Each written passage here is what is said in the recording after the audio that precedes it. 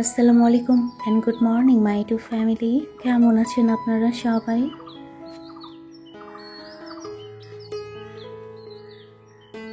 সকলকে জানাই অনেক অনেক ভালোবাসার শুভকামনা নতুন আরেকটি ব্লগ দেখার জন্য। আজকের ব্লগটা শুরু করেছি আমি সকালবেলা থেকে। তো ছাদে এসেছি, ছাদের কিছু ঝিঙ্গা তুলে নিচ্ছি।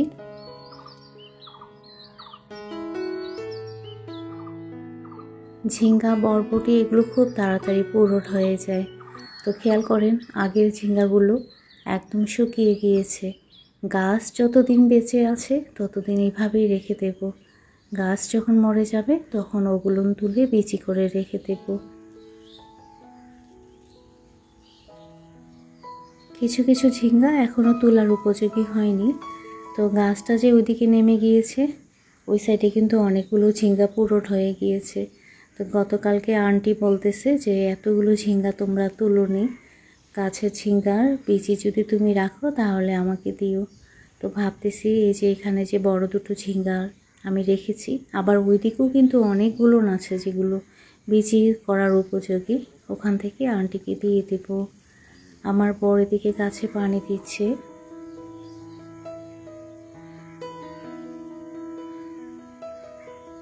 এখন সকাল 7:30 বাজে। খেয়াল করেছেন কি পরিমাণে রোদ উঠেছে? মনে হচ্ছে ভাদ্র মাসের রোদ। এত গরম গত কয়েকদিন ধরে। তো আমার বর আমাকে বকা দিচ্ছে যে তুমি এই রোদ্রে ছাদের মধ্যে। আমি এখন পুদিনা পাতা তুলে নিচ্ছি।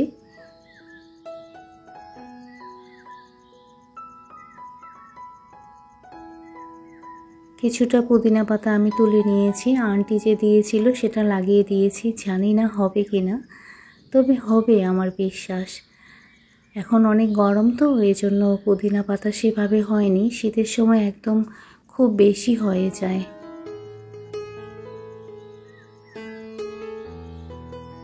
অতিরিক্ত গরমের কারণে সকালের যে রুটিন আমার অনেকটা চেঞ্জ হয়ে গিয়েছে। সকালবেলা যে আমি হেলদি ড্রিঙ্কস নিই এটা কিন্তু কন্টিনিউ করা হয় না অতিরিক্ত গরমের কারণে। আজকে ভাবতেছি যে পুদিনা পাতার চা করব, এজন্যই কিন্তু ছাদে পুদিনা পাতা নিতে গিয়েছিলাম।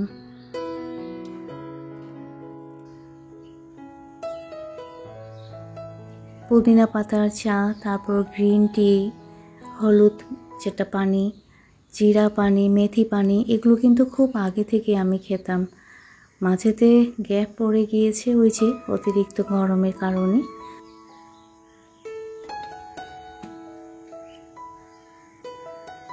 আমি কিন্তু নিচে চলে এসেছি, কেটলির মধ্যে পানি আর পুদিনা পাতা বয়েল করার জন্য দিয়েছি। বেশ কিছুক্ষণ বয়েল করব, তারপরে ছেঁকে নেব। আচ্ছা, এখন টাইটেলে রিলেটেড কিছু কথা বলি।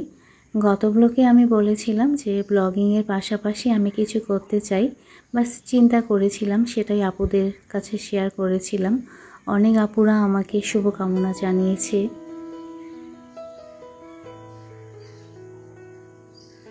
অনেক আপুরা কমেন্ট করে বলেছে যে তারা নিতে চায়।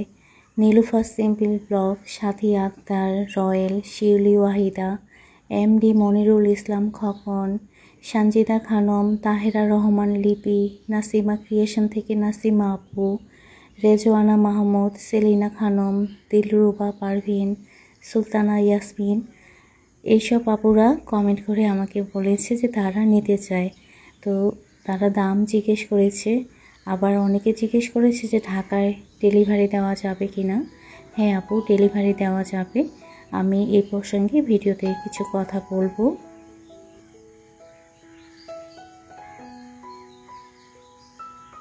আচ্ছা, ভিডিও প্রসঙ্গে একটু কথা বলি। আমি কিন্তু চলে এসেছি ব্যালকনিতে। দোলনায় এখানে বসা মাত্রই ঘুঘু যে বসেছিল সে উড়ে আম গাছে গিয়েছে, ওখান থেকে আমাকে দেখতেছে। আবারও উড়ে কিন্তু ও গ্রিলে এসেছিল। আমি যেহেতু বসে আছি, ও আম গাছেই আছে। যতক্ষণ আমি থাকবো ও কিন্তু আসবে না।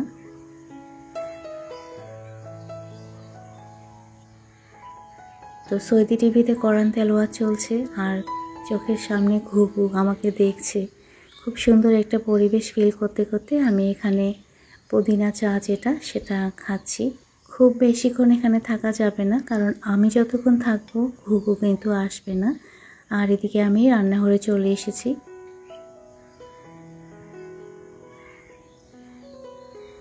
গত ব্লগে নীলুফার ইয়াসমিন 5646 আইডি থেকে কমেন্ট করে আপু বলেছে যে আপু তুমি মাঝে মাঝে রান্নার রেসিপি শেয়ার করিও। এরকম অনেক আপু কিন্তু আগে বলেছিল রান্নার চ্যানেল খুলতে, আবার রেসিপি শেয়ার করতে। তো আজকে আমি একটা রেসিপি শেয়ার করব। এজন্য প্রথমে আমি 2 চামচ ঘি নিয়ে নিচ্ছি। আসলে সকালে আমরা খাবো আজকে ছোলা বিরিয়ানি, সেই রেসিপিটাই শেয়ার করতেছি।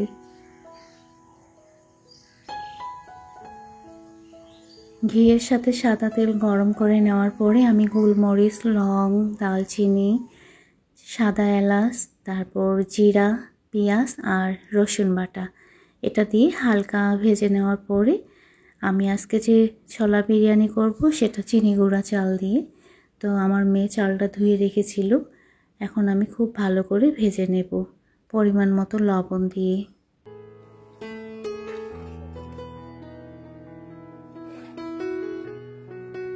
আর ওদিকে খেয়াল করেছেন আমার ছেলে ঘুম থেকে উঠে দোলনায় দোল খাচ্ছে, আর আমি এখন ভালো করে চালটা ভেজে নিচ্ছি। এই যে ছোলা, এটা কিন্তু আগে রান্না করা ছিল, রান্না করা ছোলাটাই আমি দিয়ে দিলাম। আমাদের যখন ছোলা রান্না করা থাকে তখন আমরা চেষ্টা করি সকালে অন্তত একদিন হলেও ছোলা বিরিয়ানিটা খাওয়ার, কারণ বাসায় সবাই পছন্দ করে, বিশেষ করে আমরা রমজান মাসে এটা খেয়ে থাকি। তো পানি গরম করতে দেওয়া হয়েছিল, আমি 2 পট চাল দিয়েছি, তো 2 পটে আমি এখানে 3 পট পানি ইউজ করলাম।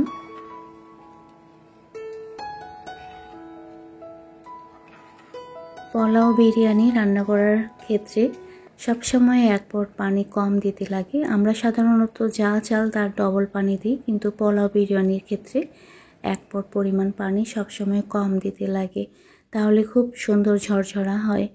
প্রেসার কুকারে অনেকে রান্না করতে চায় না, ভয় পায় যে নরম হবে নাকি। একদমই নরম হয় না, খুব ঝরঝরা হয়। তো আমি কাঁচামরিচ দিয়ে দিলাম, বাস একটা সিটি দিলেই আমি বন্ধ করে দেব। যতক্ষণ পর্যন্ত নিজে থেকে প্রেসার কুকারের ভাপ বের হয়ে না যায় আমরা ঢাকনা খুলবো না। তো আমার কিন্তু একদম খোলার উপযোগী হয়েছে, আমি কিন্তু ভাপ বের করে দেইনি, নিজে থেকেই যতক্ষণ বের হওয়ার তারপরে এই যে আমি খুলে নিয়েছি।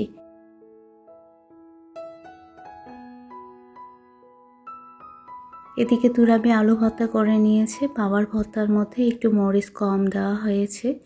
আর গতকালকে বেগুন যে ভেজেছিলাম সেটা খাওয়া হয়নি, ফ্রিজে ছিল, ওটা বের করে নেওয়া হয়েছে।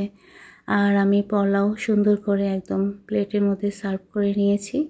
এই যে খেয়াল করেন ছোলা বিরিয়ানি আমাদের বাসার সবার পছন্দ, বিশেষ করে রমজানে আমরা এটা খেয়ে থাকি।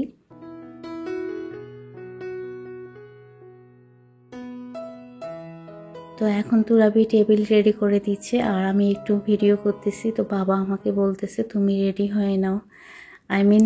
আমি সকালবেলা চুল চিরুনি করিনি, বাবা এগুলো খুব খেয়াল করে। তো বাবা বলতেছে চুল চিরুনি করে এসে হাত মুখ ধুয়ে তারপরে বসো।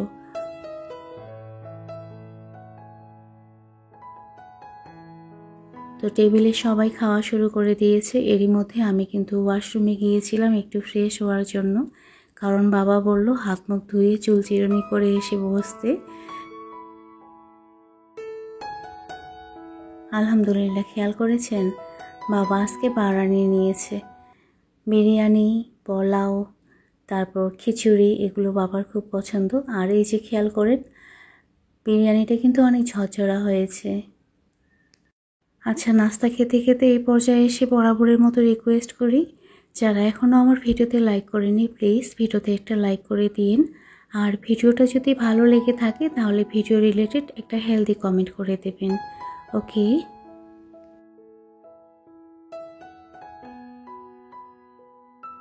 এদিকে খেয়াল করেছেন ঘুঘু আটকা পড়ে গিয়েছে। নাস্তা খাওয়ার পরেই ডাইনিংয়েই বসেছিলাম আমি, হঠাৎ করে পাখির ডানার সাউন্ড শুনে এসে দেখি যে এখানে ঘুঘু আটকা পড়ে গিয়েছে। ওইদিকে ঠাই দেওয়া আছে, আসলে সে বুঝতে পারতেছে না যে কোন দিক দিয়ে বের হবে।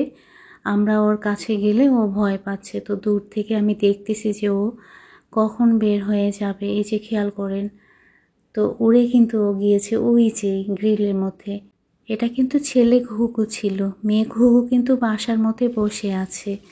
তো চলে এসেছি আমি রান্নাঘরে, ডিম নিয়ে এসে রেখে দিয়েছে আমার বর। তো পানির মধ্যে আমি ডিমটা একটু কিছুক্ষণ ভেজে তারপর ধুয়ে নেব। আর এখন আমি শেয়ার করব আমি যে গত ব্লগে অনলাইনের বিজনেসের কথা বলেছিলাম, এই যে ইন্ডিয়া থেকে ড্রাই ফ্রুটস নিয়ে আসার। তো অনেকে তো বলেছে যে নিবে, কিন্তু না দেখেই বলেছে। আমি যদিও সেদিন নিজের বাসার খাওয়ার জন্য জারের মধ্যে রিফিল করতেছিলাম, দেখেছিল অনেকেই, হয়তো বা সেটা দেখেই বলেছে যে নিবে। তো ভাবতেছি এখন ভালোভাবে দেখিয়ে দেব। তো খেয়াল করেন, এই যে কাজু বাদাম একদম কিন্তু প্রিমিয়াম কোয়ালিটি, নাম্বার 1 যেটা সেটাই। আমি খুব কাছ থেকে দেখিয়ে দিচ্ছি, আপনারা খেয়াল করেন, একটাও কিন্তু বাদাম ভাঙা না, আর সাইজটা কিন্তু বেশ বড়। বাসায় যেটা আমি খাই সেটাই কিন্তু আপনাদের কাছে সেল করব, আর মার্কেটে যে দামে বিক্রি হয় তার থেকে কিন্তু কম দামে আমি সেল করব।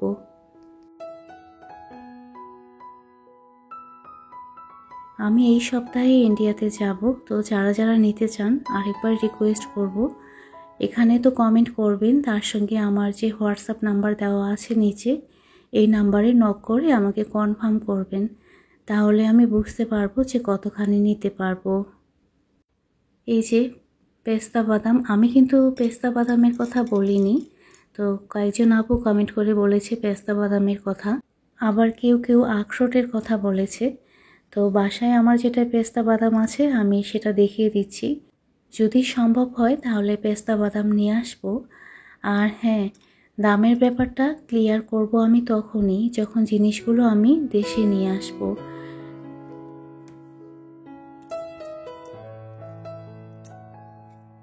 তবে এতটুকু বিশ্বাস রাখবেন যে মার্কেটের থেকে আমি কম দামে নেব, এবং প্রিমিয়াম কোয়ালিটি যেটা সেটাই কিন্তু আপনাদের দেব, যেটা আমি বাসায় খাই। এখন আমি দেখাবো কিশমিশ। 2 ধরনের কিশমিশ আমি নিয়ে আসবো, ব্ল্যাক কালারের আর এই যে এই কালারের, আর বিচি ছাড়া যে কিশমিশ সেটাই। তো আপনারা অবশ্যই বাজারে যাচাই করে দেখবেন যে বিচি ছাড়া কিশমিশের দাম কত, বা কাজু বাদাম কাঠবাদামের দাম কীরকম।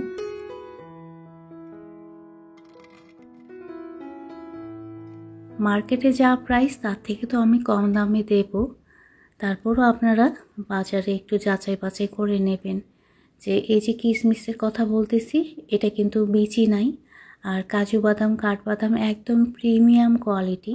শুধু কাজু বাদাম কাঠবাদাম না, আমি এখন জিরা দেখাচ্ছি, আপনারা খেয়াল করেন, নাম্বার 1 জিরা যেটা সেটাই আমি নিয়ে আসবো, আমি যেহেতু বাসায় ইউজ করি।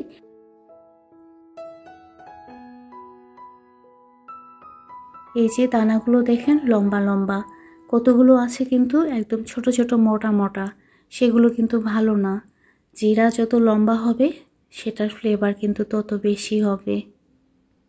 আর এখন দেখাবো খেজুর, এই যে কিমিয়া, কিমিয়া গোল্ড, এটা হচ্ছে আমরা বাসায় খেয়ে থাকি, 24 ক্যারেটের। আপনারা খেয়াল করেন, এই খেজুরটাও কিন্তু আমি এনে দিতে পারবো। একবার এই খেজুরটা যে খাবে সে বাজারের অন্যান্য খেজুর খেতেই চাইবে না। আর 500 গ্রামের খেজুরের বক্স এটা, মার্কেটে নাম্বার 1 কোয়ালিটির খেজুর। আপনারা একটু দাম যাচাই করে নেবেন, তার থেকে কিন্তু আমি এটা কম দামে দেব।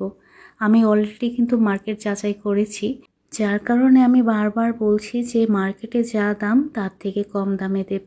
তো যদি কারো নেওয়ার ইচ্ছা থাকে প্লিজ আমাকে কমেন্ট করবেন, তার সঙ্গে হোয়াটসঅ্যাপ নাম্বারে নক করবেন। আর কে কতখানি নেবেন এটা যদি আগে থেকে আমাকে একটু জানিয়ে দেন, তাহলে আমার ওখান থেকে নিয়ে আসার ক্ষেত্রে সুবিধা হয়। আপনাদের সকলের সহযোগিতায় আজ কিন্তু আমার ইউটিউব পরিবারটা এই পর্যায়ে এসেছে। সেরকম অনলাইন বিজনেসের ক্ষেত্রে কিন্তু আমি মন থেকে আপনাদের সাপোর্ট চাই। এদিকে আপনারা খেয়াল করেছেন আমি কি করতেছি, রান্নাঘরে যে সেলফ ছিল সেটা কিন্তু আমি এখন অন্য জায়গায় সেট করতেছি। আর এদিকে হঠাৎ করে আমার ছোট ননদের ছেলে এসেছে, তো সবাই কিছুক্ষণ একসঙ্গে গল্প করে আবার আমি কাজে এসেছি।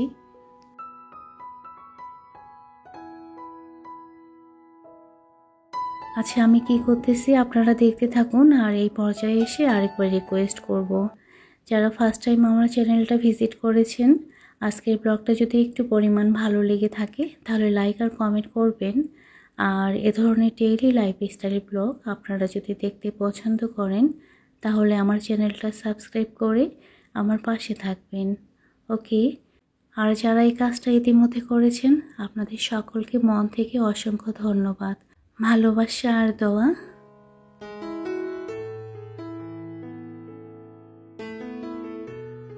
কিছু ফ্রুটস নিয়ে এসেছে, সেগুলো আমি এখন বাস্কেটের মধ্যে নিয়ে নিচ্ছি।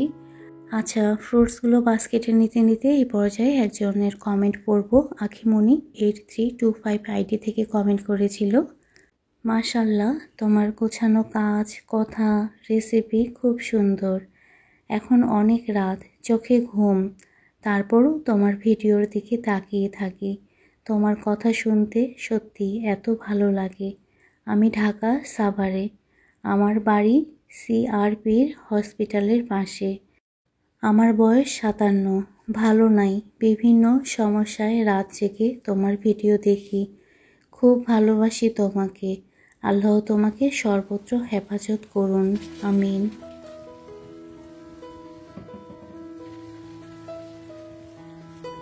আচ্ছা, আগে ভিডিও প্রসঙ্গে একটু কথা বলি। আমার বর বাজার করে নিয়ে এসেছিল, সেগুলো আমি রেখে দিয়েছিলাম, কারণ ওই যে ওই কাজটা করতেছিলাম দেখে।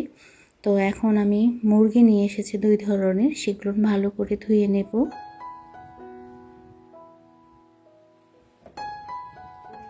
যদিও আমি কমেন্টের রিপ্লাই দিয়েছি, তারপরও ভিডিওর মাধ্যমে আমি আন্টিকে অসংখ্য ধন্যবাদ জানাতে চাই যে আন্টি আমার ভিডিও ভালোবেসে দেখে সুন্দর সুন্দর কমেন্ট করে। আন্টি প্রায় আমার পুরনো ভিডিওগুলো দেখে ফেলেছে এবং প্রত্যেকটা ভিডিওতে খুব সুন্দর কমেন্ট করে, যে কমেন্টগুলো পড়তে আমার খুব ভালো লাগে। আমি খুব ছোট, তারপরও কিছু কথা বলতে চাই। আন্টি বয়সটা না একদম একটা সংখ্যা, ভালো থাকাটা সম্পূর্ণ নিজের উপরে। আমি জানি তোমার এই সময়টা খুব কঠিন যাচ্ছে। আমরা কিন্তু সবাই প্রকৃতির নিয়মের মধ্যেই, যার যখন সময় হবে তাকে চলে যেতে হবে। বাস যতদিন এই পৃথিবীতে আছি সুস্থভাবে কিভাবে থাকা যায় সেটাই চেষ্টা করব। তো আমিও যেটা বলবো, তুমি নিজেকে সব সময় বিজি রাখবে। যে ধরনের কাজ করতে তোমার ভালো লাগে সেই ধরনের কাজ করবে। আর বিজি থাকলে কিন্তু মানসিক টেনশন যেটা, সেটা কিন্তু সেইভাবে সাড়া দেয় না। ভালো থেকো আন্টি, মন থেকে অনেক ভালোবাসা আর দোয়া রইল। কমেন্ট পড়তে পড়তে আমি ডিমগুলো বাস্কেটের মধ্যে নিয়ে নিয়েছি। আখিমণি আন্টির মতো রেইনবো লাইফ থেকে আপু কমেন্ট করে বলেছে যে আপু রাত 4:34 আমার ভিডিও দেখছে। আপুর ভিডিও আমার দেখতে খুব ভালো লাগে, বিশেষ করে আপুর কিউট কিউট মাশাআল্লাহ 4টা বেবিকে। আপু এই 4টা বেবি নিয়ে কিভাবে যে সংসারের কাজ করে তারপর বাচ্চাদেরকে মেনটেন করে, সত্যি আমার মাঝে মাঝে আপুকে খুব জড়িয়ে ধরতে ইচ্ছে করে। আপু অনেক পরিশ্রম করে। আপু অসংখ্য ধন্যবাদ, এত পরিশ্রমের মাঝেও তুমি আমার ভিডিও দেখো। কিন্তু আপু আমি রিকোয়েস্ট করব, তুমি আগে নিজের প্রতি খেয়াল রাখবে, নিজেকে সময় দেবে, তারপর সময় পেলে আমার ভিডিও দেখবে। আজকের মতো এই পর্যন্ত, সবাই ভালো থাকবেন।